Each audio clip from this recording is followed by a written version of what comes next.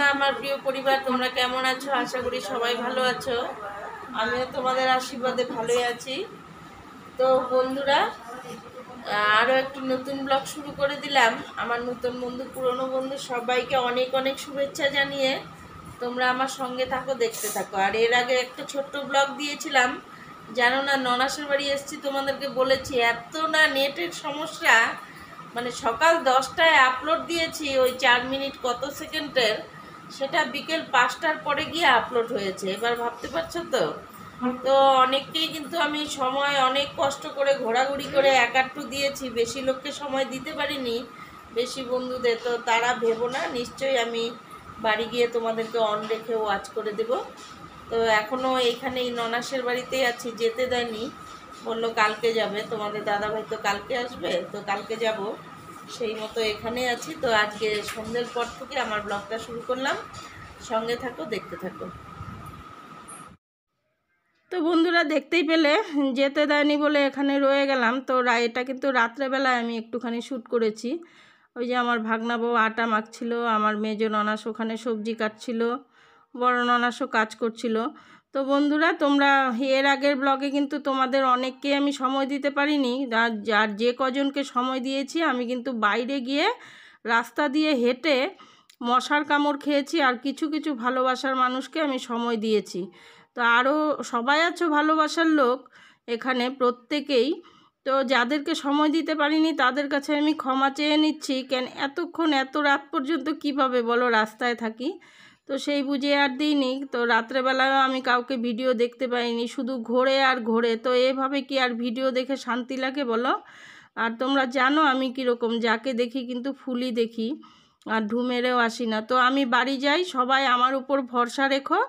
আমি যেগুলো যার দেখা হয়নি, আমি তোমাদের উপর বিশ্বাস করে, আমার নিজের উপর বিশ্বাস রেখে, আমি ঈশ্বরের উপর ভরসা করে অন রেখে ওয়াচ করে দিব।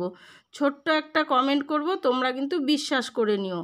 তো আজকেও সকাল থেকে যাব বলে আমি কোনো ভিডিওই শ্যুট করিনি। তো চলে যাব, কিছুতেই যেতে দিচ্ছে না। এখন বেলা 12টা বেজে গেছে। বললো না, খাওয়া দাওয়া করে বিকেলবেলা যাবে। যতবার বেরোচ্ছি আমাকে যেতে দিচ্ছে না। তো এই যে এখন ওরা কি কি রান্না করেছে আমার ননা, সেগুলো একটু তুলে ধরেছি তোমাদের সামনে। তো ভাবলাম একটু ছোট্ট ভিডিও দিয়ে বন্ধুদের সঙ্গে শেয়ার করে দিই। তো সেই মতোই, তো জানো তো, আমার ভাগনা আছে, বড় ভাগনা, ও আমাকে ইউটিউব ব্যাপারে অনেক কিছু বলছিল। তো আমি বললাম না, তুই এটা ভুল বলছিস। বলে না, এটাই ঠিক। তো ওর টিপসগুলো তোমরা দেখে নাও। অর্থাৎ আপনি যদি মনিটাইজেশন যদি করতে হয়, তাহলে আপনারা আপনাদের চ্যানেলে যাবেন এবং এখান থেকে এই দেখুন আমার দুটো চ্যানেল আছে। একটা হলো নীল ক্লাস 16, অপরটি হলো দীপায়ন ব্লগার। দীপায়ন ব্লগারের মধ্যে আমার সাবস্ক্রাইবার আছে 339, আর নীল ক্লাস 16 অর্থাৎ যেখানে শুধু ম্যাথামেটিক্সের ব্যাপারে বলা হয় সেটা হলো 72। তো এটার ভেতরে যদি আমি যাই, তাহলে আমি দেখতে পাবো এই দীপায়ন ব্লগারের ভেতরেই যাচ্ছি। যাওয়ার পরে যে এখানে যে ডলার সাইনটা যে আছে, এই ডলার সাইনটা আমাদের যদি প্রেস করি, তাহলে দেখুন মনিটাইজেশনের জন্য আমাদের যেটা দরকার, যদি শর্ট ভিডিও যদি দিই, তাহলে আমাদের 339 সাবস্ক্রাইবার আছে, হতে হবে 500 সাবস্ক্রাইবার মিনিমাম। আর এখানে আমাদের যে 6 পাবলিক ওয়াচ আওয়ার্স আছে, সেটাকে আমাদের 3000 পাবলিক ওয়াচ আওয়ার বানাতে হবে। মানে 3000টা লোক লাগবে যে আমার ভিডিওগুলি অনবরত দেখে, অর্থাৎ প্রায় 1 ঘন্টা দেখে অন্ততপক্ষে। আর ভিউ হতে হবে 3 মিলিয়ন, যেখানে আমার 47K আছে শুধু এটা শর্ট ভিডিওর ক্ষেত্রে। হ্যাঁ, এটা কিন্তু 90 দিনের জন্য, আর এটা 365 দিনে। এবং যদি আমি লং ভিডিওতে যদি যাই, তাহলে এলিজিবিলিটি দেখুন, 339 সাবস্ক্রাইবার আছে, এখানে 1000টা মিনিমাম সাবস্ক্রাইবার হতে হবে, এবং 6 পাবলিক ওয়াচ আওয়ার লেখা আছে, এখানে 4000 পাবলিক ওয়াচ আওয়ার হতে হবে, এবং ভিউ হতে হবে 10 মিলিয়ন। যদি এই সম্পূর্ণ জিনিসগুলো যদি আমি কমপ্লিট করতে পারি 365 দিনে, এবং 407K জায়গায় যদি 10 মিলিয়ন ভিউ করতে পারি 90 দিনের মধ্যে, তাহলে আমি মনিটাইজেশনের জন্য আমি এলিজিবল হব। এই যে এলিজিবিলিটির মধ্যে লেখা রয়েছে, দেখবেন। হ্যাঁ, আপনারা আপনাদের চ্যানেলে দেখতে পাবেন। তো এই দুটি শর্ত যদি আমি পূরণ করতে পারি, তবেই আমি মনিটাইজেশনের জন্য আমি এলিজিবল হব। আমি এখন শুধুমাত্র আমি শুধু শর্ট ভিডিওই দিচ্ছি, কারণ এটার ক্ষেত্রে শর্তটা একটু ছোটো আছে, কারণ 500টা সাবস্ক্রাইবার হলে হয়ে যাবে, এবং এখানে 365 দিনে 3000 ভিউ হতে হবে ওয়াচ আওয়ার। আর 47K যে লেখা আছে, এখানে 3 মিলিয়ন করলেই আমার হয়ে যাবে। এতটুকু আমার তথ্য, একটু দেখবেন সবাই, এবং আশা করি সবাই বুঝতে পারবেন। ঠিক আছে, পরে দেখা হবে আবার। কোথায় তুমি? তো জানি না এতক্ষণ কে কে টিপসগুলো ফলো করেছো। ও বলছিল এগুলো, আমার তো কানের পাশ দিয়ে বেরিয়ে গেছে। তো আমার সঙ্গে তর্ক করছিল। তো মামি আমার ভিডিও করো, ভিডিও করে ছেড়ে দাও, দেখো আমি ঠিক না ভুল তোমাকে নিশ্চয়ই বলবে। তো বন্ধুরা তোমরা আমাকে বলে দিও, আমি এটা কিন্তু আমার মাথার এপাশ দিয়ে ঢুকে ওপাশ দিয়ে বেরিয়ে গেছে, আমি কিন্তু কিছুই বুঝতে পারিনি, আমার সামনেই বলেছে। তো একটুখানি দিলাম। তোমরা জানি না কে কে এতক্ষণ পর্যন্ত আছো, কে চলে গেছো। তো যারা আছো তারা দেখে বুঝে আমাকে জানিও এটা কি আসলে কি ব্যাপারে কি বললো, কিছুই বুঝতে পারলাম না। তারপর দেখো এই যে আমার এটা কিন্তু বড় ননাসের মানে বড় যা আর কি। তো পুজো করছিল, এত সুন্দর ভক্তি ভরে পুজো করছিল না জানো, আমি ওর পেছনে বসে বসে না আমি কাঁদছিলাম। এত সুন্দর ভক্তি ভরে পুজো করছিলাম, মানে কাঁদছিলাম কেন, ওই ঠাকুরের কথাই জানি না, ওগুলো ভাবতে ভাবতে চোখ দিয়ে আমার অঝরে জল চলে এসেছিলো।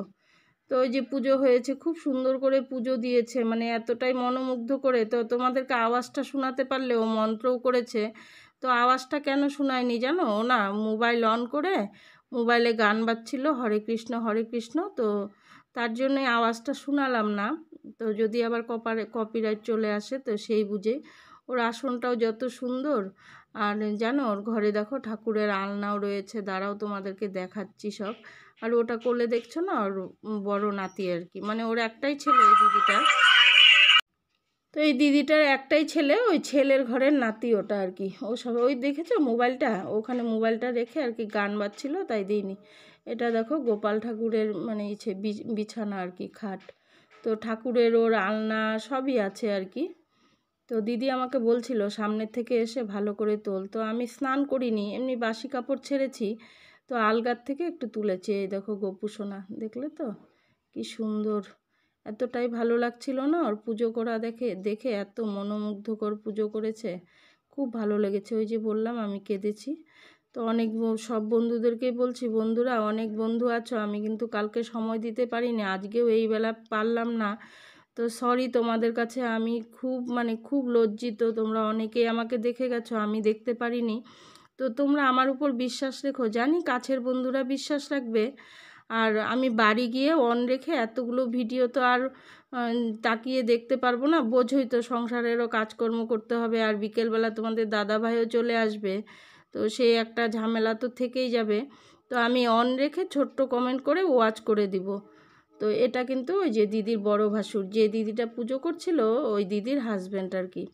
তো ওদের রান্নাঘর দেখো, এটা সবাই মিলে কাজ করছিল, তো ওরা ওখানে আর কি দিদির হেল্পিং হ্যান্ড এগুলো। তো অনেকগুলো হেল্পিং হ্যান্ড আছে। আর এই যে এটা দেখছো না, ওই যে বাচ্চা কোলে নিয়ে বসেছিল সেই বাচ্চাটার মা, ওটা হলো দাদা আর এটা হলো বোন। ওরা এক ভাই এক বোন, মানে আমার ওই ননাসের জায়ের ছেলের বউ আর কি। তো একটাই ছেলের বউ, ও কিন্তু পুলিশে চাকরি করে জানো। তো এখন ছুটিতে আছে, বাচ্চা একটু অসুস্থ হয়েছিল, তো ছুটিতে আছে এখন।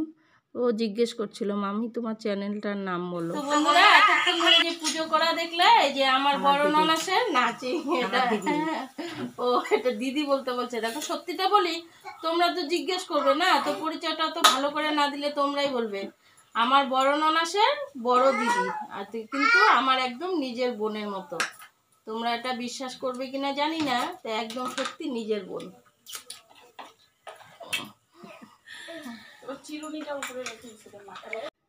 তো দেখতেই পেলে আমার ননাসের যাকে, হ্যাঁ খুব ভালো, ও খুব ভালো, সবাই ভালো, সবাই আমাকে খুব ভালোবাসে, মিথ্যে কথা বলবো না। তো বন্ধুরা তোমাদেরকে আমি এভাবেই বাড়ি গিয়ে সময়টা দিব, একদম ভেবো না আমার জন্য তোমরা, আমি নিশ্চয়ই সময় দেব। তো ওরা একই বাড়িতে থাকে, অনেক বড় বাড়ি, তো যার যার ঘর আলাদা, যার যার সংসার আর কি আলাদা। তো এই যে দেখো আমার এদিকেই বড় ভাগনা বউ রান্না করছে, রান্না হয়ে গেছে। তো বন্ধুরা এই যে এখানে ভিডিওটা আমি শেষ করতে চলে এসেছিলাম, তো শ্যুটটা করেছি, সেভ করতে যাব, তখন দেখছি যে আমার নাতি যে গান শুনছিল মোবাইলে সেই গানটা সম্পূর্ণ উঠেছে, তো মিউট করতে বাধ্য হলাম। তাহলে বন্ধুরা এতক্ষণ ধরে যারা ধৈর্য সহকারে আমার ভিডিওটি দেখেছো বা দেখছো এখনও, তাদেরকে অসংখ্য অসংখ্য ধন্যবাদ। আমি আবারও বলছি তোমাদেরকে অন রেখে আমি ওয়াচ করে দেব, একদম ভেবো না। আর এটা দেখলে আমার পাশ দিয়ে গেল, এটা কিন্তু আমার ননাসের ছোট ছেলে, ও LIC অফিসের DO, ও চাকরি করে, ও ওপর তলায় থাকে আর কি। তো সবাই ভালো থেকো, সবাই সুস্থ থেকো।